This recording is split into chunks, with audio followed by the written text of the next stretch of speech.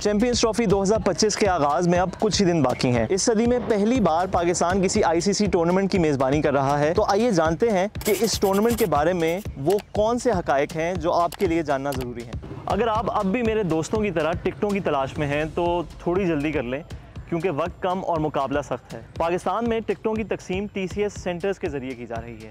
Pakistan cricket board की जानिब से चैंपियंस ट्रॉफी से पहले स्टेडियम्स की रेनोवेशन का काम शुरू किया गया। इस दौरान Gaddafi stadium Lahore, national stadium Karachi और पिंडी क्रिकेट स्टेडियम की तामीर नौ की गई।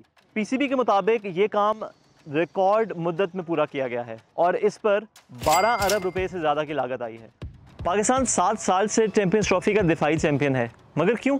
दरअसल ICC ने 2017 में चैंपियंस ट्रॉफी ख़त्म करने का ऐलान किया था। उस टूर्नामेंट में पाकिस्तान ने इंडिया को शिकस्त देकर चैंपियंस ट्रॉफी अपने नाम की थी। ताहम ब्रॉडकास्टर्स की दरख्वास्त के बाद अब चैंपियंस ट्रॉफी दोबारा मुनक्किद की जा रही है और पाकिस्तान अब इसका दिफाई चैंपियन है। चैंपियंस ट्रॉफी 2025 हाइब्रिड मॉडल के तहत खेली जा रही है।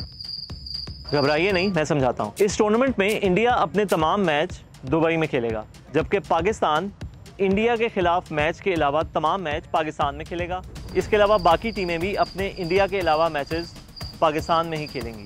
अगर पाकिस्तान और इंडिया दोनों ही सेमीफाइनल में क्वालिफाई करने में कामयाब हो जाते हैं तो पाकिस्तान अपना सेमीफाइनल लाहौर में, जबकि इंडिया अपना सेमीफाइनल दुबई में खेलेगा।